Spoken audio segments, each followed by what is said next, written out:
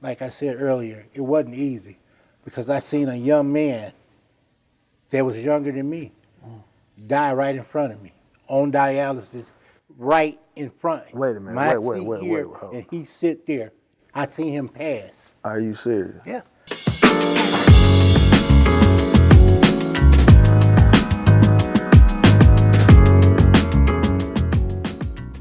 Man, what's going on? It's your boy Byron B-Rut Rutley. Listen, I am thankful, I'm honored, and I'm blessed to be here. I got a special guest with me today. Listen, I have an intro for this brother, but he don't need no introduction. Why? He gonna introduce himself, man. That's how powerful his testimony is. And I hope you blessed by it. I hope you encouraged and uplifted. But do me a favor. Go to this YouTube channel, B-Rut Productions, subscribe, hit the bell, man, so we can get many more notifications. You can get all the latest notifications of what's happening, all right? Because testimonies is what's happening. Log on. Right here. We want to bring more testimonies of what God is doing in the lives of believers to you, all right? So without further ado, I want to introduce my brother Cortez. What's happening, bro? What's going on, man? Thank you so much for joining me, man. Thank you for the invitation. Absolutely. Listen, man. So I'm intrigued by wonderful testimonies of those who don't give up faith, who don't give up hope, and those who share the good news. What is the good news? The gospel of Jesus Christ. Right. You know what I mean? Right. And in this season of giving thanks, this season of Thanksgiving, man, my wife, that's how we were introduced to each other. And she told me a little bit about your testimony. I'm excited to hear the rest of it. You know what I'm saying? And if time permit, we'll, hop into everything. But listen, man, I heard a little bit about your testimony and what God has done for you.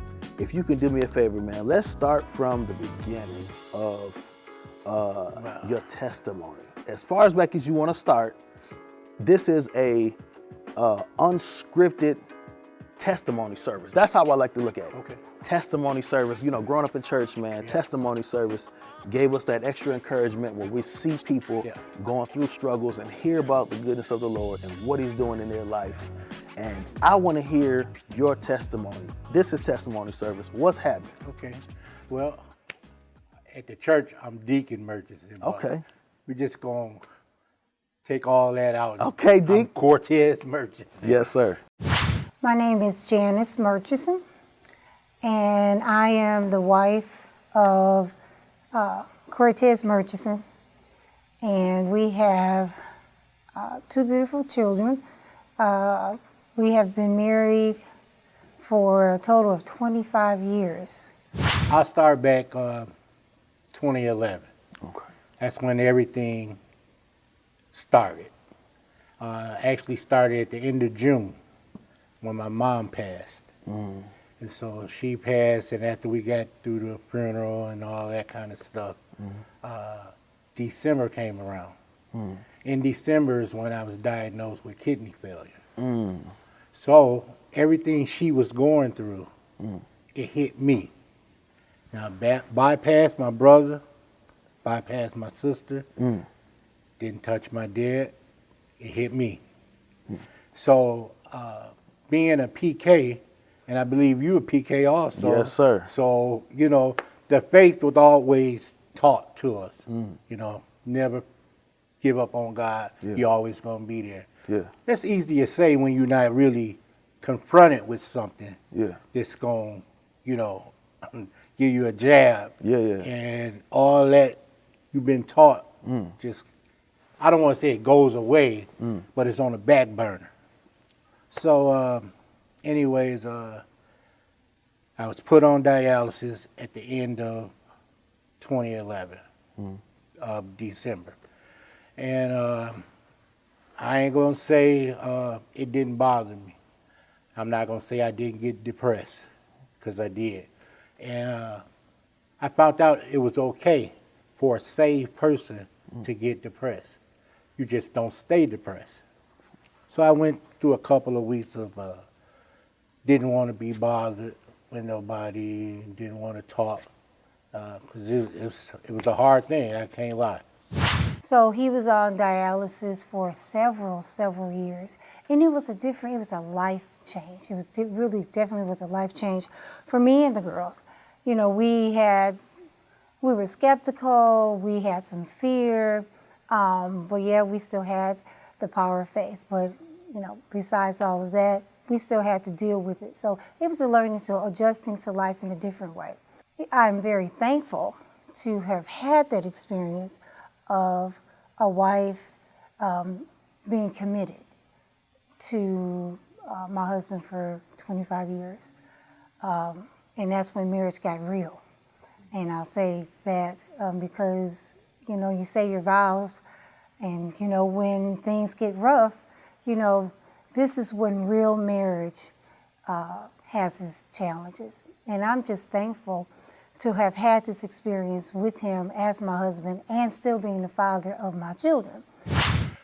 So after all that, I seen my mom do dialysis for about, had to be almost 10 years, maybe a year shorter or a year longer.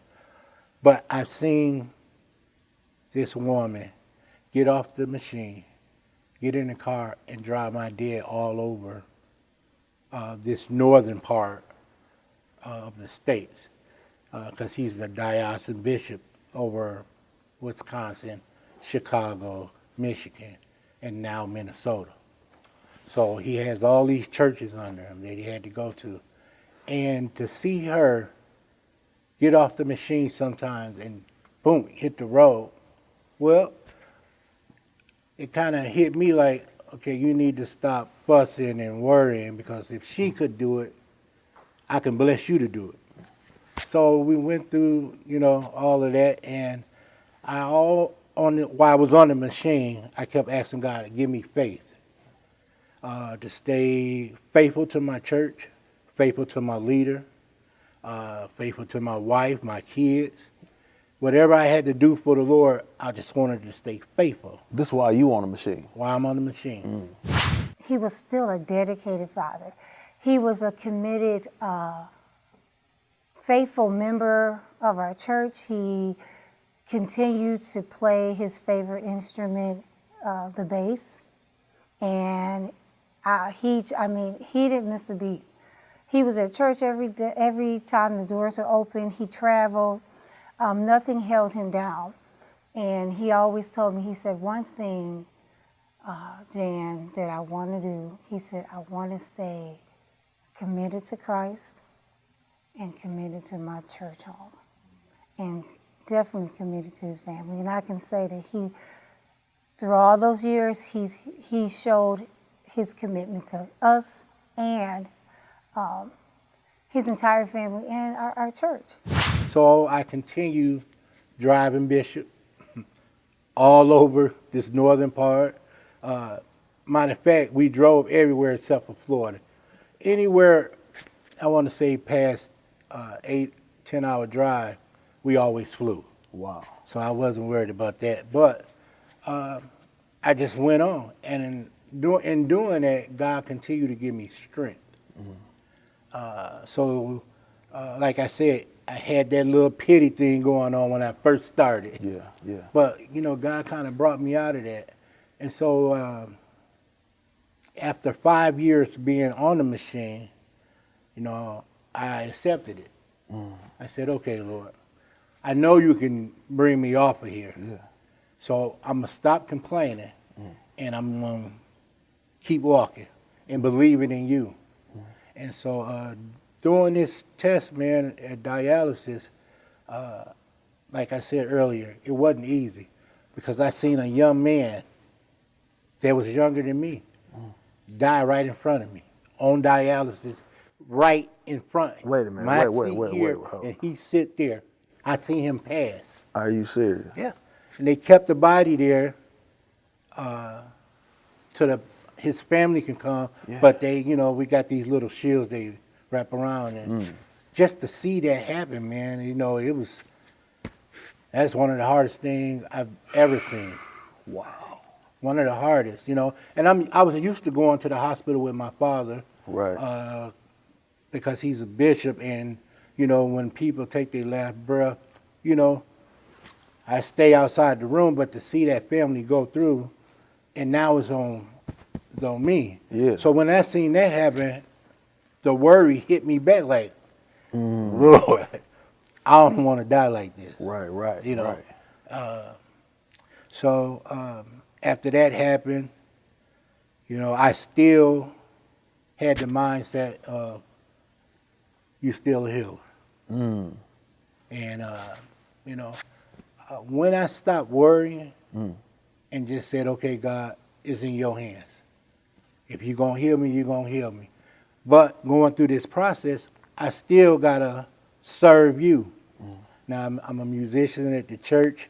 At the time, I was a national minister of music of Pentecostal Power Organization. And so I was still going to conventions and doing everything that a normal person that's not on dialysis do. I was doing it. And I stopped worrying.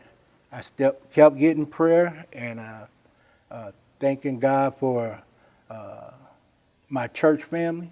They was also praying for me all the time. And Wow. just different bishops and pastors. And I don't have a lot of friends. Yeah. I got a lot of associates, but my friends. That's right. I a can difference. count them on one hand. Yeah. The conversation went from just talking to starting off with praying.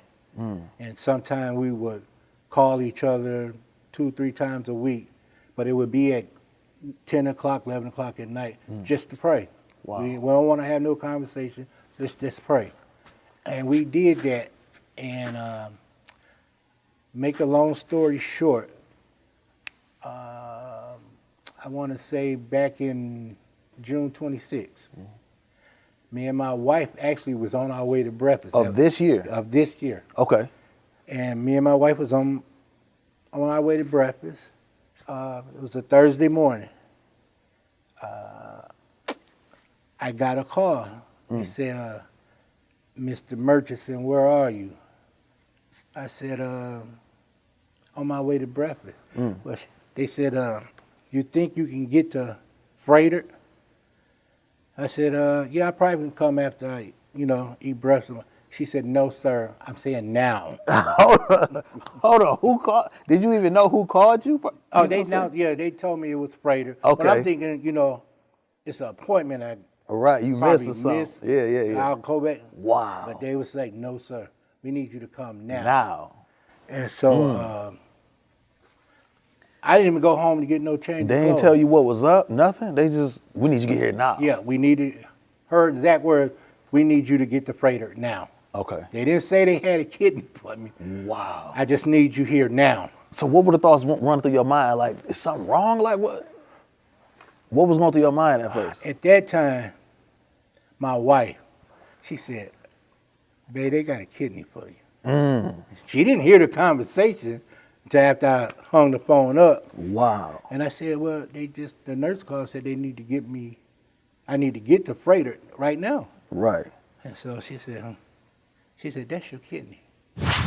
When we got a call regarding a transplant, kidney transplant, that was just wonderful, because we had been waiting for so many years.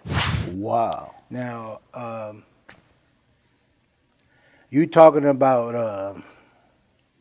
I ain't gonna get emotional now. Come on, man, let it out. It's all good. We cried on our way to Freighter, because it was 11 years. I've been waiting on that one phone call. 11 years. 11 years, a long time, man. I had kind of ignored the call at first because it was a out-of-town number and I didn't know. But when that call came in, I was like, this is the transplant. And they were like, we're trying to get in contact with Andrew. We need him to get to the hospital right away. We have a deceased kidney for you. I told him, we have to go. They have a kidney for you. And he was just so amazed. And when we got there, the hospital was just wonderful. I felt like a proud queen Doctors met us at the door. We didn't have to do all this registration. But they took us right up and they treated us like royalty. Like I said, my brother, my sister, my pops, Bishop, I say that, his wife, I had a supporting family along with a supporting church family. So, like I said, with the church family praying and my family praying, My God. June 26th, the Lord answered everybody's prayers, including mine. Wow. And we got out there. They told me what was going on right away. Get out your clothes, wash yourself down. You know, they got these special towels. You clean yourself up. And it happened that fast. So did you think any time during that 11-year wait, like, it's not looking good, I don't see it happening? I knew certain people, even pastors. Yeah. I talked to a couple of them, and some of them said, "Hey, I can't do this. I can't take it," and they're not here today. Wow. But I got tired of it, and it was some setbacks, but I wasn't giving up on God. I just couldn't. My God. No matter how tired, sore I was, weak I got, I just couldn't give up on God. And that's not saying, they probably did have faith. I don't know their mindset. But, if God gonna heal me, he gonna heal me. But God gave us sense, Missing dialysis is more like committing suicide. When you don't go, you ain't got, I don't even think you got a week or two. And so, it was important to me to not miss any days. Yeah. Do what they tell you to do. And, I'm here today. Wow. I'm here today because of his blessings. And, there's been time where God should have cut me off. He could have took my life. Not that I was out in clubs smoking weed or drinking or anything, but sometimes, man, I had some thoughts in my mind about different saints. And so we forget about our hidden thoughts on the inside. Yeah. We look at, they at the club, fornicating, doing all this stuff. But, It's some secret sins. it's what you think, and that's how the thoughts we devil deal got with. kicked out of heaven. Yeah. But what he thought. And so, Wow. there's a couple times he could have just said, you know what? But I believe that I had purpose to be here. Yeah. Because out of 11, that's a long time, man. Amen. And so I had to be here for some type of reason. Yeah. And, man, I could just see things now, coming to pass, Yeah. And I gotta give shout out to my wife and my daughters. Them three been there for me. Been there for me through the rough time. And Beautiful. God elevated my wife to become an evangelist. So it wasn't no more calling dead. I could just reach over and say, honey, just pray for me. We always keep a bottle of oil Beautiful. next to the bed. So, when I did feel sick and weak, sometimes I didn't even have to tell her. She just lay her hands on me. And she knew. She knew. Wow. She knew. Through all this journey, my husband trusted me. He believed in me. And we had plenty of moments, several moments of prayer, and he would ask me to pray for him. But in that moment right there, he looked at me and said, honey, can you pray for me? And we locked in prayer. I said, you're going to be fine. I felt it in my spirit that this surgery was going to be successful. After they told us, all the probable causes, I said, nope. God has not brought us this far to leave us. And I have a weary spirit. I said, you're going to be fine. So I left the hospital. I went back home, got everything ready, prepared for him to get ready to come home within those couple of days. And he called me and he said, the the surgery was successful. I said, well, praise the Lord, I already knew, because God had already showed it to me. I thank God for the people I had that was in my corner. That's beautiful. And so I'm blessed to still be here, man. I want to go back for a quick second. So, God called your mother home. Yes. Yeah. What year was that? That was 2011. 2011. Of June, the end of June. Okay. Yeah. And then you began to take on certain responsibilities Yeah. that she was carrying. Yeah. Like all the sickness Yeah. Mama was going through, it hit me. Are you serious? It hit me. Wow. And, it was tough. Mm-hmm. It was tough. Some things, you mentioned testimonies in the beginning. Yeah. And that's one thing I like about my church. We old school, but I like it. I like it because it gives people a chance to tell what God has done for them. And not many churches are doing that now. Not at all. Not at all. And that's why I say, I love my church. Yeah. We bump like everybody else. Yeah. Bishop is one of the coldest preachers to me. But as far as testimony service, it's not a lot of us, but he still allows us to do it. Wow. And it's been going that way for a while. That's amazing, man. Yeah. So what is it like to get on? Because I'm not too familiar when it comes to transplant of organs. So in order to get on the list, is it a strict process? It is. Talk to me about that process of, even there's certain things you have to stay up to date with. Like you said, you can't be missing.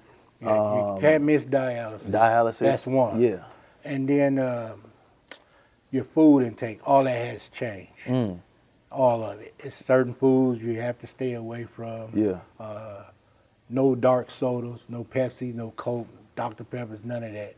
Basically, if it's 7-Up, ginger ale, Sprite, the only soda that they told me I could drink. Yeah.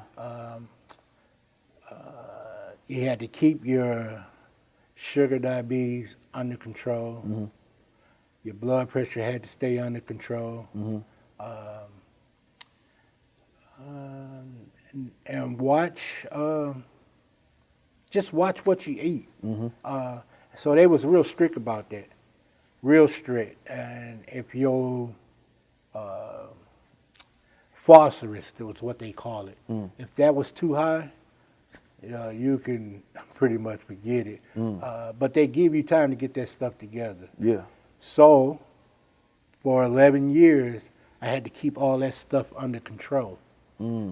And that wasn't easy either because I like certain food, but man, I had to just look. I want sacrifice, to man. I want to get off the machine, so I'm gonna do what they asked me to do. Yeah. And wow. like I said, I had help. Yeah. My family had been there from the get-go, so Amen. they made sure, hey, Dad, you can't have that. Even when my wife not around, That's my right. daughter's there. Dad, don't do it. That's what's up. So shout out to the daughters. Yeah, man. Even Autumn and Jada, love you, and big help. Yeah. My family, man, is they been there through the thick and thin. That's beautiful, They bro. been there. That's beautiful, man. Talk to me about the recovery process a little bit. How was that? The recovery process from going to dialysis. How many times a week? 3. 3 times a week. Yeah. To I'm on the way to breakfast, phone ring. Yeah. Get here. Yeah. Get to the I ain't telling you what's going on. Get here. Yeah. Bam. Get there. Yeah. Okay. Surgery over. Yeah. Boom. That was difficult because I'm used to going to church. Okay. And so that recovery process was, for me, 3.5 months, and maybe 4. So, being at home, watching it on TV is not the same. Really? Not the same than being in the actual building. So, missing Bishop's anniversary this year. There was missing convention this year. Yeah. There's a lot of stuff I couldn't go to. And it was okay. You know, I'm still thanking God because you blessed me with another chance Yes, at sir. life. So, you know, I just sit back, cut the TV on, watch it on TV. Chill, man. But it was a long, painful. Yeah, I mean, I had to just sit down and not move around a lot, man. It was Yeah. stressful. Yeah. Yeah, stressful. Gotcha. But, you know, here I am today, man. Yeah. So I give all the glory and praise to God, man. Actually, to the point when I told my dad, I said, you know, we ain't supposed to fight, but I'm liable to hit somebody in the eye, man, if they tell me God ain't real. Because Yeah. how can you say that after Wow. you've been through so much? I mean, Yeah. that kind of I dig it. ruffled my feathers, man. I dig And you it. sit up here and tell me God ain't real. Come on, man. And I know what he did. Come on. And so, you know, you see miracles all the time, but when he blesses you, Yeah. man, it just take you to another level. I dig it. Take you to another level, man. Yes, sir. Matter of fact, your walk with Christ get more serious. It should be already serious. Yeah. But after he done this, man, it's just, I'm up there now. I like that, man. I like that. You should. Your relationship with Christ should already be serious Should already. before a tragic situation or something Already, man. happen. Yeah. Man, listen, anytime I get a chance, I tell a lot of young folk, don't wait till tragedy to strike. Don't wait until you facing 10 years, 15 years to life. Yeah. Oh, man, where my prayer warriors at? I got to go to court. Yes, Where sir. my saints at? Yes, sir. Yeah. Come on, man. God ain't no genie in a bottle. No. Don't wait till tragedy to strike Yep. to try to get your life with Christ together. You know what I mean? I love to. Man, listen, I see you came in with the joints, man. Talk to me about the crutches. Yeah. Well, I end up catching a infection in my right foot. How'd that happen? Can you talk about it? I'm not sure how it happened, to be honest. Okay. I don't know if I was walking out in the garage and stepped on something. I don't know. How long ago? Man, I'm going to go back to maybe 2014. Okay. Yeah, so it's been about, now it's going on 6-7 years now. So what happened? Did you just? I ended up having surgery. They was talking about cutting my foot off. And I'm like, I don't think I'm going to let that happen right now. So, to make a long story short on that, went down in prayer again. And I told my dad, I said, Bishop, the only way I'm going to let them cut this foot off if they tell me I got gangrene in my leg. That's the only way they cutting it off. Yeah. And man, God just came in and, you know, answered my prayers. Actually, he healed me. And basically, I'm on the crutches now. It's because my doctor don't want it to open back up. Got you. So it's closed, but it's not as thick as it should be.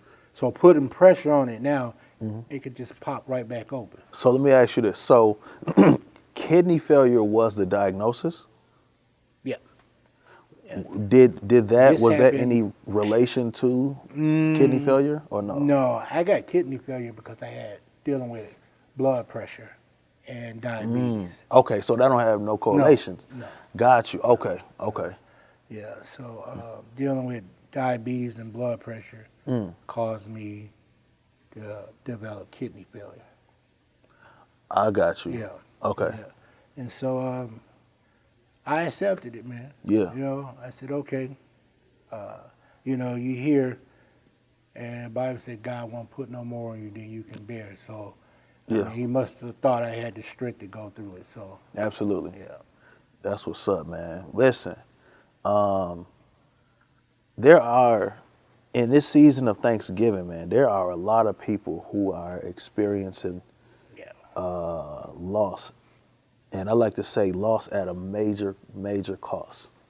Whether it be loss of loved one, loss of job, house, you know what I mean, being foreclosed, vehicle being repossessed, losing a job.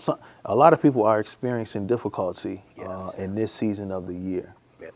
If you can just give me a quick 30 seconds, 20 seconds of just a few things that you're thankful for, man, in this Thanksgiving season. What are some things that you're thankful for? The first thing will be having God in my life still. Because without Him, you could forget it. And just making sure He's in my life, man, I'm thankful. Yeah, And my wife, my daughters are still here. yeah, That's another thing. My dad's still here. My brothers and sisters still here. My nieces and nephews, they Yeah. still here. amen. My church family still here. So, you know, I got a lot to be thankful for, man, because throughout these 11 years, I could have been gone. Yes, sir. So to be sitting here talking to you, I'm very grateful. I dig it. Very. I am so thankful. For one, I thank God for choosing me for this journey. I'm very thankful for my husband's life change. And I say that because sometimes when you go through for so many years, things begin to just happen. And it'll kind of make you feel like, when is it my turn? And I'm so thankful for this year because this is a celebration year for us, that he is free, and this is the greatest gift for us to be thankful for. And I'm just so appreciative of that. You know, he's brand new, he still looks good, and we're on a newer journey, and we're just really happy. I been through all that. Repo, lost houses. Man, when this sickness hit me, Yeah. my job told me I was too high of a risk. No, they did. Yeah. No. Yeah, high risk. Probably being in an accident, getting sicker on the job. So we're going to have to let you go. Are you serious? Yeah. Yeah. And Wow. it hit hard. It hit hard. But, you know, like I said, I've been taught. I've been taught by one of the best. And so I always knew God had our back. Amen. He had our back. And so, you know, people get discouraged, depressed when things like that happen. Oh, I done lost my car, now they want to give up. I lost my house, now you want to give up. But them things happen. And it's a part of life. There are many people, man, who across the world that are dealing with kidney failure, that are dealing with heart failure, that are on a waiting list. My wife and I saw a movie. I believe the name of the movie was called God Committee. And what this movie was about was there was a committee of people in a hospital. It was about 8 people. And anytime somebody needed a transplant, these 8 people would come in a room and meet, and they would talk about, okay, this person just passed. This person is next up on a list for kidney or heart. And they would say, well, let's look at this person's personal life. Let's look at how, do they smoke again? Are they doing this? How many kids do they have? Are their parents still alive? What do they contribute to society? And it was all these different things, man, that they agreed upon or disagreed upon on who was going to get transplants next. Wow. And it blew our minds to see this movie. I had no idea that there were committees that. Wow. Were you aware that there are committees? No, I didn't even know that.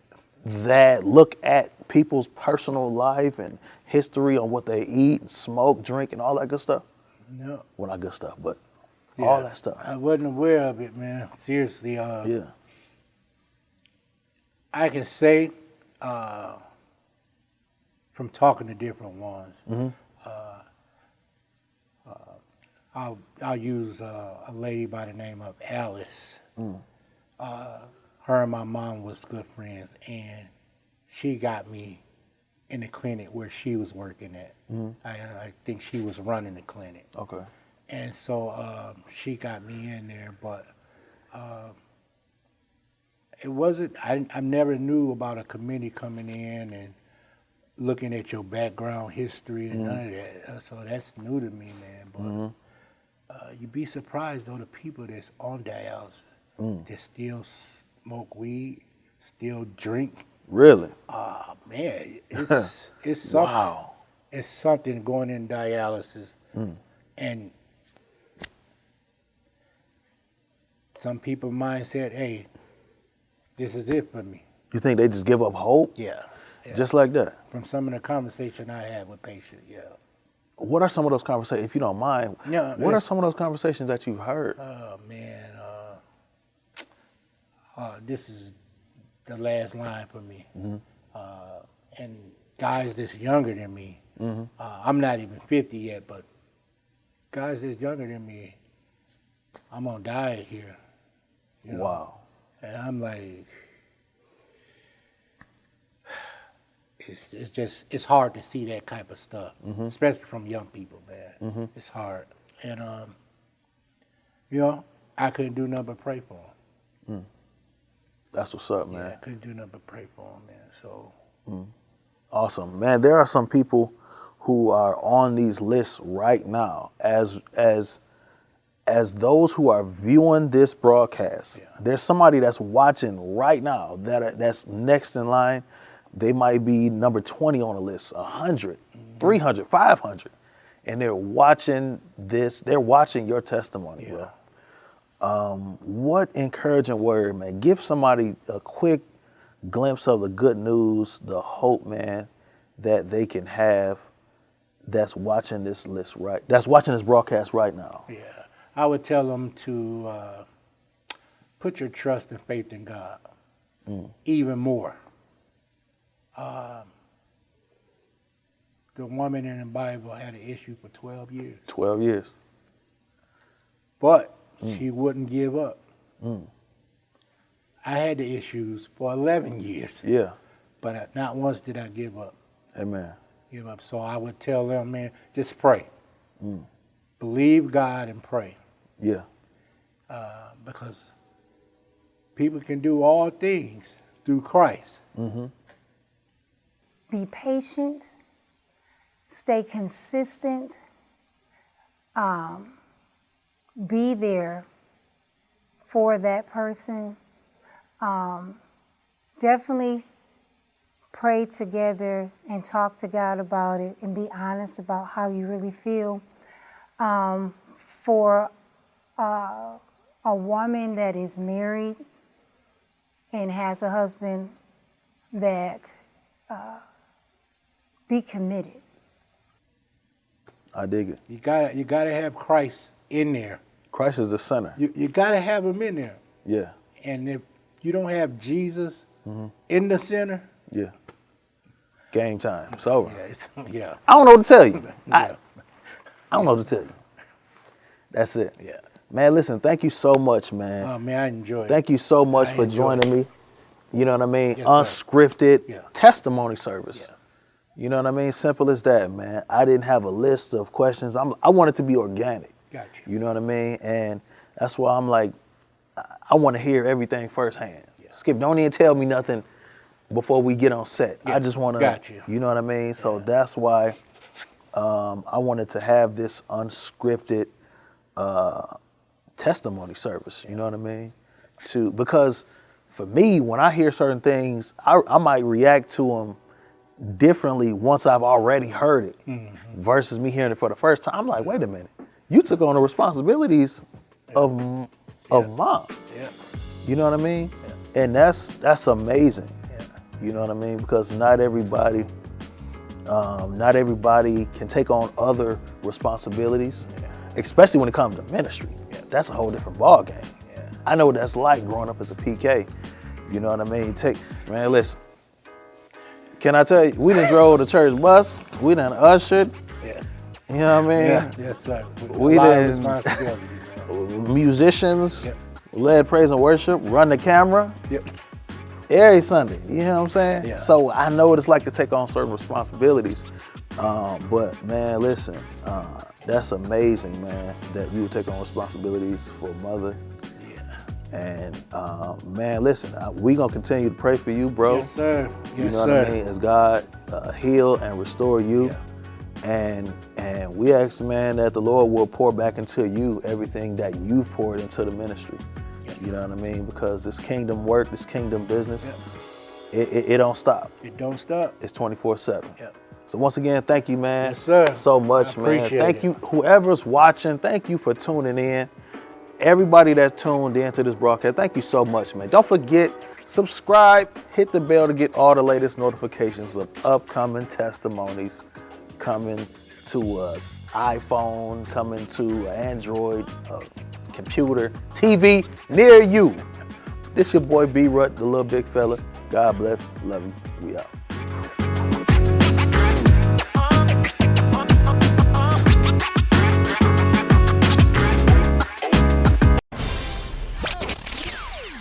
Log on. Right here. BRutPro.com